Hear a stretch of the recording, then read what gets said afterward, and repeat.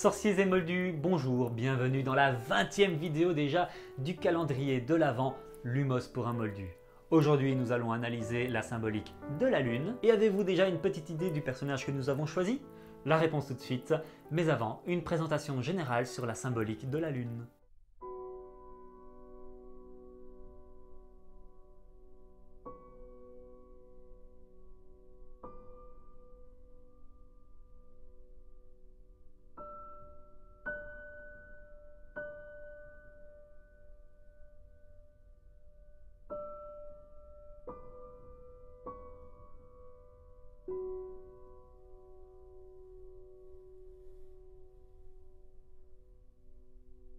La lune symbolise la nuit, le rêve, le monde obscur de la matière, l'intuition, l'imagination, la sensibilité, l'inconscient, la solitude, le féminin, la mer cosmique, le cycle menstruel, la dépression, le reflet dans l'eau, les mystères, les vérités cachées, l'océan, les superstitions, la profondeur de l'intériorité, la gestation, l'archétype maternel, l'anima, la réceptivité, l'attraction, l'être caché dans notre inconscient. La lune est le miroir du soleil.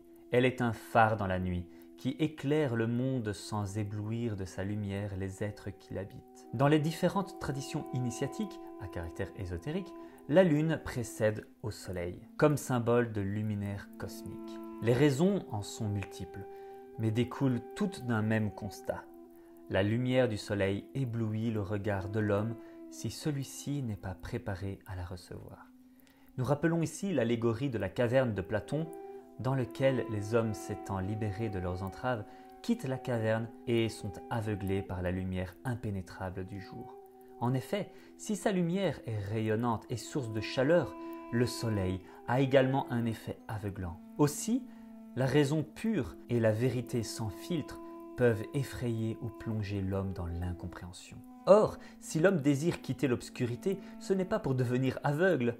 C'est pourquoi toute progression initiatique vers la lumière passe nécessairement par une phase lunaire. Sa lumière pose un doux voile sur le monde, permettant à l'homme de contempler les silhouettes des objets environnants en faisant toutefois l'impasse sur leur couleur. La lune ne produit aucun rayon, elle puise sa lumière des rayons du soleil, relayant ainsi sa lumière, non sans modifier quelque peu ses tons, atténuant sa clarté. Le soleil est un luminaire dont les rayons parviennent aux hommes sans détour et embrasse chaleureusement le monde sans se soucier d'éblouir.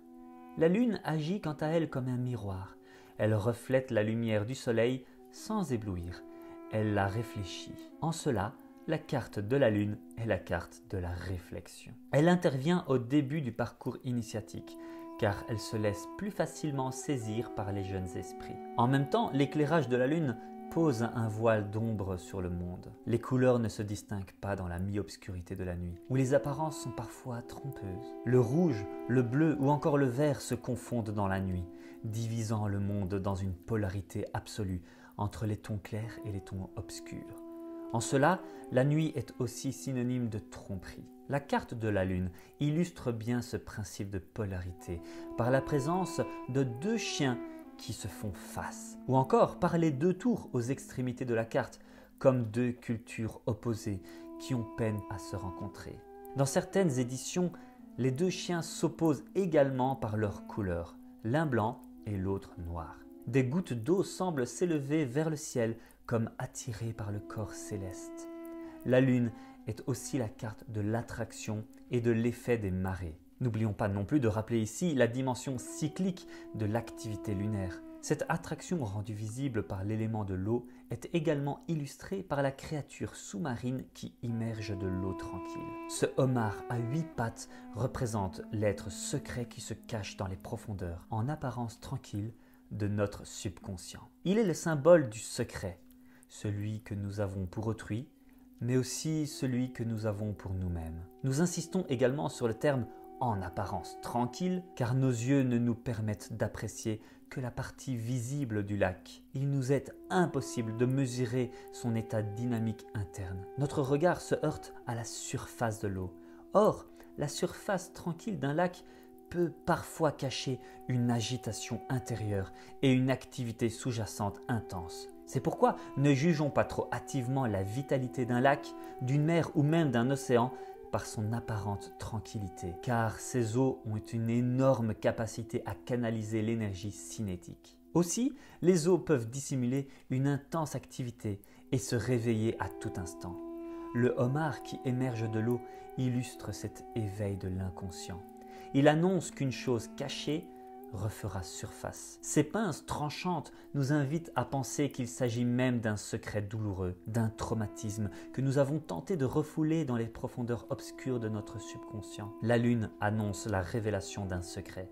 Par ailleurs, la surface de l'eau agit comme un second miroir dans lequel se reflètent les rayons de la lune. Le monde matériel se trouve ainsi entre ces deux miroirs, le miroir de la raison et celui de l'inconscient, dans une double symbolique introspective. Alors, suspense?